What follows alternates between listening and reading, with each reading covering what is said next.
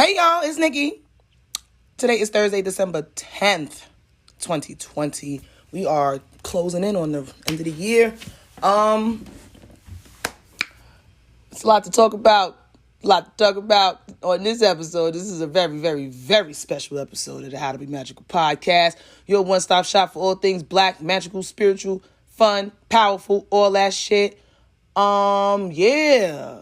So if y'all listened to my last episode about left-hand work, I feel like it was a nice, general, very sweet, general overview of the things that Nessie, Rish, and I discussed during the Nine Minds launch party conference that we did. And we are doing another conference at the end of the year for New Year's Eve, New Year's Day. It is a virtual hoodoo conference. The fucking lineup is incredible. There's mad people on this lineup. It's a good look. I am doing part 2 of the left hand protection workshop. We have a full hour this time. Me, Rish, Nessie, and myself. I said me and myself because obviously I'm two different type of niggas. Are doing a continuation of what was discussed, but this one is in regards to neutralizing sovereignty threats, which sounds very esoteric and shit, so I'm gonna break it all down for y'all. But this episode, I want to share something very personal. I want to spill my own tea, right? Because everybody loves to spill tea, everybody loves to share, stories, and everything's a lot of fuckery going out right now, right? It's a lot of things that I've been seeing, and I don't see enough people saying anything. So I'm like, you know what? I'm a person, okay? I've experienced a multitude of things at the hand of some of y'all favorites, okay, out here. We would get to that in the later portion of the show. Y'all gonna have to listen for that part because trust me, baby, when I tell you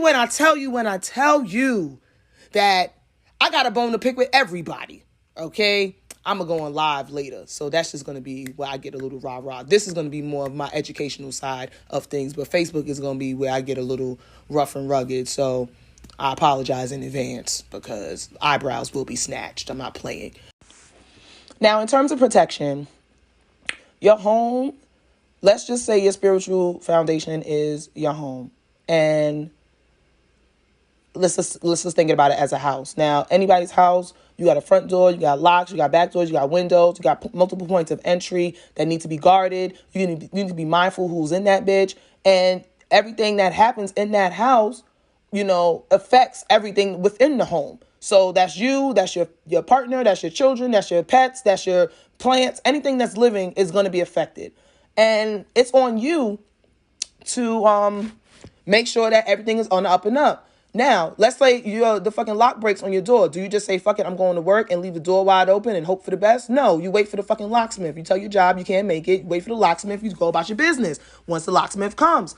But it's on you to protect your home. It's on you to know that your home is even worthy of protection. And it's on you to say that, yes, there are things here that need to be protected. And anybody that comes through needs to be with the highest good of what's happening in this house. Otherwise, they can't come in here. Now, here's where, the things that leave the door open to fuckery, mixiness, backbiting, infighting, gossip, kiki, all that shit. That's what breeds a lot of messy things. And you have the wrong kind of people around you, mix up in the wrong crowd, and it's a problem. So we have to be accountable for what we allow into our spaces, into our homes, which is why I have to do this episode, because I know a lot of people see me talking crazy and at the same time not really knowing what I'm talking about, but also knowing what I'm talking about. So I feel like it would be unethical of me to be on a panel discussion at the end of the year doing a left hand protection workshop, talking about neutralizing sovereignty threats, and not talk about a fucking threat that we have running rampant in our community right now, ATR community right now. And I'm going to tell y'all my story. I'm going to tell it real quick. I'm going to be real brief. This is not going to be a long episode because I've already tried to record this shit like 3 times. And for some reason, the shit is not taken. And guess what? I'm going to still talk my shit. So many years ago, I was in a group called Rules to Winning. And the owner of the group, she was a black woman. I believe she was based in Texas or whatever. And she, started it as women's empowerment. And we were in the group and shit was a little weird sometimes, but I didn't really think too much of it. Fast forward, a couple months later, she decides that she wants to have a few of us from the group in a personal little group chat, because she has another initiative that she's starting up, and she wants, these are the people that she wanted as part of like that initiative. And we were all in this group chat, and I noticed at the time, this is also around the same time when the spiritual community online, particularly on Facebook, starting to bubble up a little bit. And people start talking more about spiritual stuff. Now, I already have been working with my ancestors and working my table way before I got up with these people. So this was nothing new to me. And I was interested because, it's always interesting to share ideas about spirituality and things like that with people. But the thing about the internet is that, anybody could be anybody on the internet. You could read enough and say enough and know enough buzzwords and have people thinking that you really know what the fuck you're talking about and that you're a decent fucking person. So, everybody in the group start talking about, oh, I got to read it from this person, and it's so good, and you got to get a reading. So everybody running to get readings. I never felt the need to do all of that. My antenna didn't go up until the head of the group said that this man told her, in order, she was going through her own personal problems. I'm not going to air her business out because I'm not that type of bitch. But she was having her own personal problems. And he was like, oh, in order to resolve it, take whatever to a cemetery and make an offering to Yah at 9:00 in the night on a Wednesday and this, that, and the third. And my first question was like, well, is this person a Lukumi priest, or is this person an Orisha priest? Oh, yeah. He's this, he's that, he's everything. He's this, that, and the third. And I was like, I don't know. I'm going to go check the Carfax on that. So my aunt, my blood aunt, okay, who's also a Lukumi practitioner, she's associated with the house in Texas. Well, she was. I'm not sure if she still is. And I asked her, like, do you know anything about this man? And she was like, yeah, he came down to the LA, asking my godparents if they would initiate him. And they were like, nah. So, yeah, that was the end of it. And I was like, okay, interesting. This person's from New York. Why are they going all the way down to freaking Texas to find out about Orisha when we in freaking New York, the home of Santeria? Like, if it's good enough for Celia Cruz, Tito Puente, Hector Lavoe, La Lupe, everybody that's in New York, there's strong established houses in New York, okay? Established Ramas in New York. There's no reason to be going all the way to Texas if you're from New York. That was my first thing. That was my second thing. Like, why would he go all the way to Texas? That's weird. Copy. I'm listening. Meanwhile, everybody in the group is going crazy about this man still. You got to get a reading from him. Never got a reading from him. This man, never spoke to this man, never had too much words with this man, okay? So fast forward, and a couple of months later, I'm just like, you know what? This shit, like, the group chat is starting to get real toxic and messy because there's all these timeline draggings and all of this shit. And I'm just like, I'm not here for this shit. I thought it was about to be this. It's not about that. I'm trying to be the voice of reason, me and a few other people. And it's just not looking right. I'm just like, you know what? I'm making a decision. I got to get out of here. This shit is not working. And at the time, I had just brought back butter because I've been doing butter for, like, at this point now, today, well over 10 years I've been making butter. Anybody that knows me know I've been making butter. I just started selling it online a couple of years ago, but I've been on this shit. So a couple of ladies in the group used to buy from me. It was, they were supportive. And then but the thing I noticed about the group is that once somebody left, anybody, it would be a whole big mix up. Like, oh, this person left and they saying this and they saying that. And then everybody's running to the timeline doing all, and it's just like, oh, this shit is draining. So I thought maybe because I wasn't really like a messy ass person like that if I left quietly, that, I could just leave and mind my business. No. Surely somebody felt some type of way, and people, and mind you, these are people I done went on trips with, I done had dinner with, I done broke bread with. So I'm not thinking that they're going to feel no type of way, because I'm like, I got to leave. Like, you have my number, you could contact me, but I can't do this group shit because it's too much. Y'all. Months go by. I leave this group and I'm working my job. Now I'm working at People. I'm the night editor at People and working my job, minding my business, looking cute, getting money, got my little boyfriend. Everything's sweet. So I think. Somebody who's still in the group, who I'm cool with, but I got a beef with her, but she's still in the group. She's like, yo, she calls me on my line. Like, I'm at work. She calls me on my phone. I'm at my desk. She's like, yo, they about to do something. Yo, what they about to do, fam? She was like, I don't know, but they be talking mad crazy. They be talking mad shit about you. And I already know how this shit go down. So I'm just letting you know and give you the heads up. I'm like, all right, good looking, peace. So I'm laughing to myself like, wow, y'all really that fucking petty. And everybody thinks it's cute to be petty. Like that's a personality trait when that's actually a personality flaw. Petty is jokes, little jokes here and there. Petty as a lifestyle is a motherfucking problem. I don't believe in petty as a lifestyle. That means that you got some shit that you need to fix. That sounds like you got a lot of fucking problems. You might need to get some therapy because something wrong with you. If you think that it's cute and okay to just be a petty, messy, toxic bitch. That's just how I am. All right, well, this is why you attracting all type of fuckery. That somebody got you thinking that you can go to the cemetery and fucking work whatever with whoever and so it's going to clean it up. Never mind the shit that you doing to contribute to your own dirtiness. No. It's okay to let somebody else tell you to, and spirituality and religion and all that shit is supposed to just be a one-stop shop to fix your shit. No. Okay? No. Your discipline and your ethics and your moral, all that shit is something that you have to work on before anybody tells you anything about yourself. Before they tell you to do anything, you need to be like, well, am I even doing the right things? Is this even right? Who is this person? No, but if you just so quick to run behind somebody and have them tell you God knows what, without telling you that you need to get your shit together, then, I don't consider that person to be an ethical priest. And there's a difference between a priest and a sorcerer. A sorcerer is somebody who will take your fucking money and do whatever. Okay, you say that, oh, this woman's pregnant with my boyfriend's baby, and I want her out of his life, and I want the baby to die. He'll be like, all right, it's gonna cost you this, and the baby might die, and that man still might fucking leave your ass and be comforting her ass as they mourn their fucking miscarried baby or whatever, and you looking stupid and you out of your money. But that's not the sorcerer's problem. That's your problem. You went to them looking for God knows what. A priest, on the other hand, priests have codes and morals and ethics and a strict adherence that they need to live by. There's a community that is going to check them. Like, there's a whole bunch of checks and balances. They got elders because nobody has a house by themselves without no elders. That's not no house. I don't know what y'all doing in there, but that's not a house. And all of this virtual online shit, yeah, you're going to have to look people in their eye at some point. You're going to have to be in the same room with them at some point. And word to fucking Neve and them from Catfish. I don't know how we allowing ourselves to be catfished in this day and age. Everybody want to pull out receipts and this, that, and the third, but what's going on?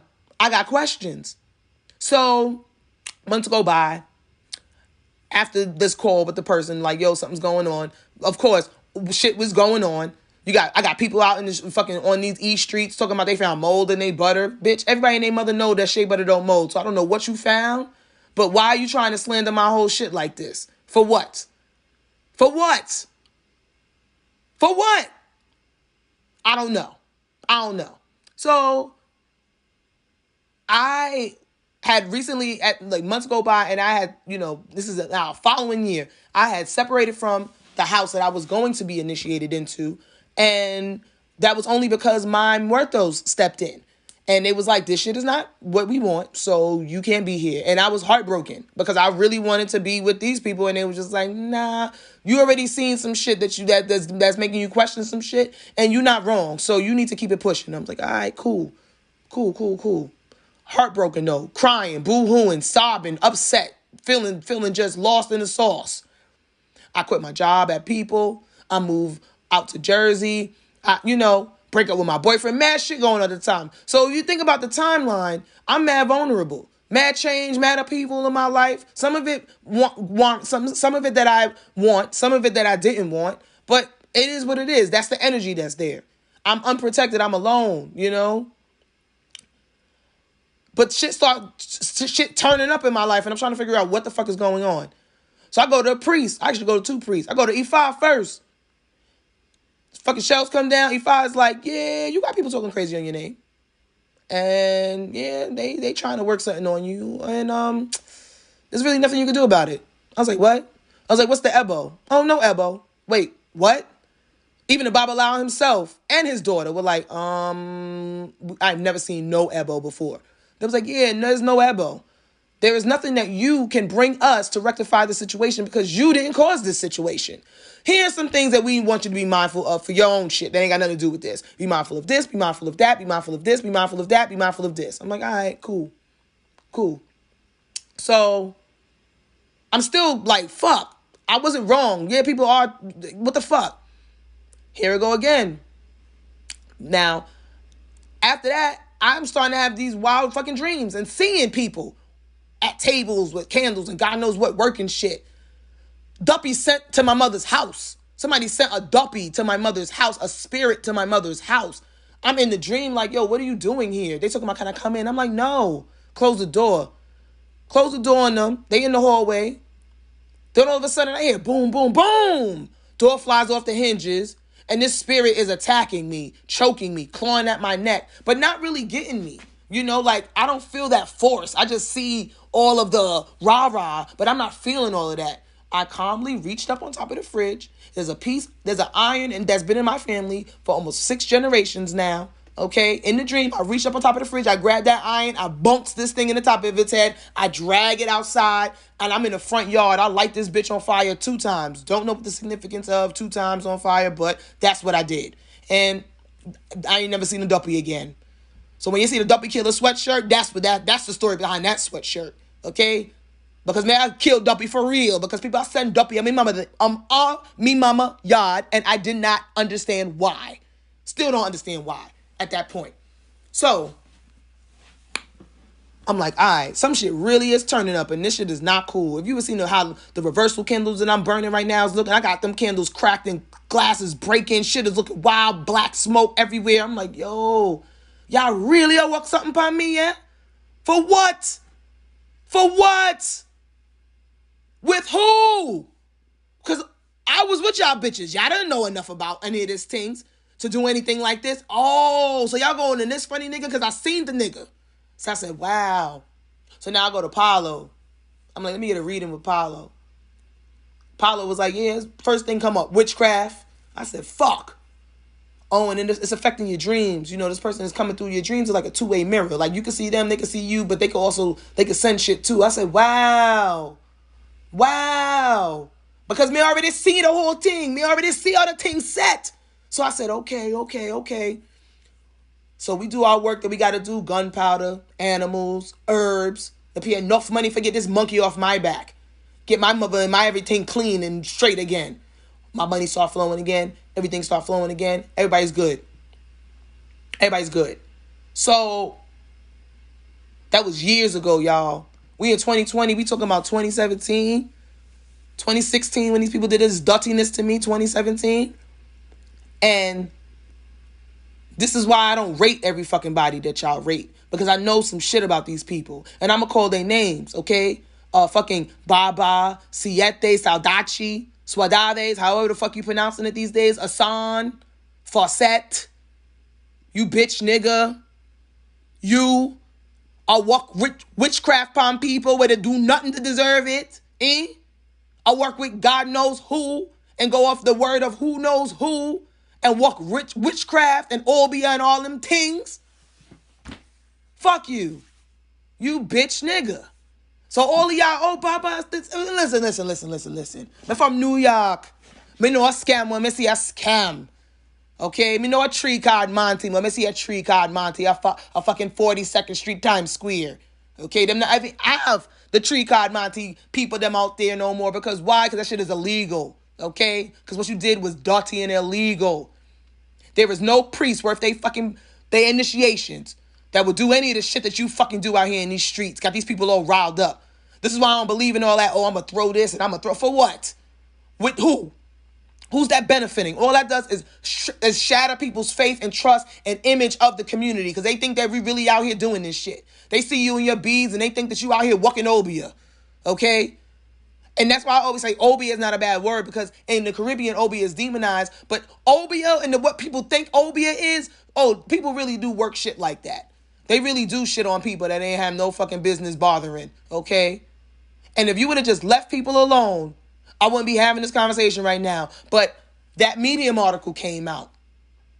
And it was sent to me. I didn't even go looking for the shit because you been blocked. I actually unblocked you, okay? Just so that you can see all of the shit that I'm saying. Because I don't got time to sit up here and be, oh, I'm scared. I don't want to say nothing. No. Fuck you.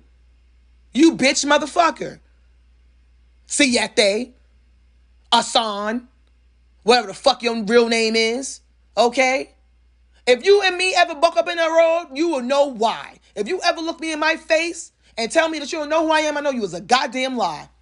I know you a lie and the truth ain't in you. Okay? And you may have all these fucking people fools, these poor naive people that really out here looking for spiritual guidance and shit. But guess what, bitch? I'm not one of these people. And I got real elders and real OGs. And I already consulted who I had to consult. Okay? And I already talked to who I need to talk to. And I'm well within my rights to call you the fuck out. You ain't shit for what you do and what you're doing in the community. All right? Sowing discord between people. Throwing witchcraft on people. Being a messy bitch. The fuck out of here. And you only do this shit to women and gay men. Why? Man, I see you go against no straight man with the same fury and fire when you come after gay men and black women. You pussy. Oh, disgusting. Disgusting. And even worse, because it's bigger than Nino Brown. There's a whole bunch of these bitch niggas running around out here. And I see real reputable, real people that I know that have crowns and marks rating this man and don't even realize the shit that he be doing out here. But piping him up and tarnishing their own brands in the process. And that's the other thing too. Just because you think that somebody notable or whoever is associated with this person, that does not mean that you know the relationship that those people have. You need to develop your own relationship. You need to develop your own discernment. And that's what this whole episode is about. Stop being so quick to run behind something where you think look like something and sit down with yourself and feel what really are going. Otherwise, you are susceptible to not just him, but any fucking body who's going to sell you some shit. And there's a lot of people selling some shit right now. You can go on my website right now. I ain't even selling a motherfucking thing. So I can tell you, I got a real job and a real vocation and a real career that don't have nothing to do with Soul Things Botanica. Soul Things Botanica is my personal project, okay? It's my personal service to the community. How to Be Magical is my personal service to the community. I don't even monetize this bitch. Ain't even no ads on this shit. This is free. But after 2021, listen, I don't know. Shit might be a little different. Because I be giving out real free game out this bitch. And y'all still run behind somebody who's going to sell you a $200 bar of soap and can't even tell you what the fuck is in it. I would never disrespect my Orisha, my Nkisi, my Mortos, my ancestors by being a dishonest person and trying to make money off something that people really need. Okay? That's an opportunist. All right? That's a scammer. I'm from Brooklyn. I know what a scam is. Okay? I'm not no scammer. I might be a lot of things, but I ain't no fucking scammer. I'm not no liar. So, if anybody wants to doubt the validity of anything that I'm saying, you are more within your rights to do that. I don't care. Because that's also the other thing about it. When you walking in your path, people ain't got to believe you. You ain't got to fucking believe me. Open your own eyes and see what's going on out here. Open your own heart and look inside and see if what you're feeling is matching up with what you're seeing. And that's the whole thing. The internet is pure deception sometimes. It's ruled by Neptune, screens and illusions and all that shit. It's a fog. It's a haze out this bitch. Anybody with a right name and a hat and a little outfit and shit and enough buzzwords can have y'all thinking that they know more than they actually know. When in actuality, ain't nobody in the New York City Orisha community or the ATR community respect this person. This person is a fraud and a charlatan. I'm in a business with no fraud. I'm in doing a fraud thing. That shit is in some of my fucking readings, some of my itas. I can't even be mixed up in no fraud business. I don't even play myself. Why? Because I don't need no dollars that bad. Not when my own hands are blessed by God himself. I can make anything that I fucking want and make my own money from my own hand. I don't got to defraud nobody. I don't need to lie on nobody. Okay? So, that being said, this has been a very special episode of the How to Be Magical podcast. I want y'all to really open your eyes and look at what you are contributing to.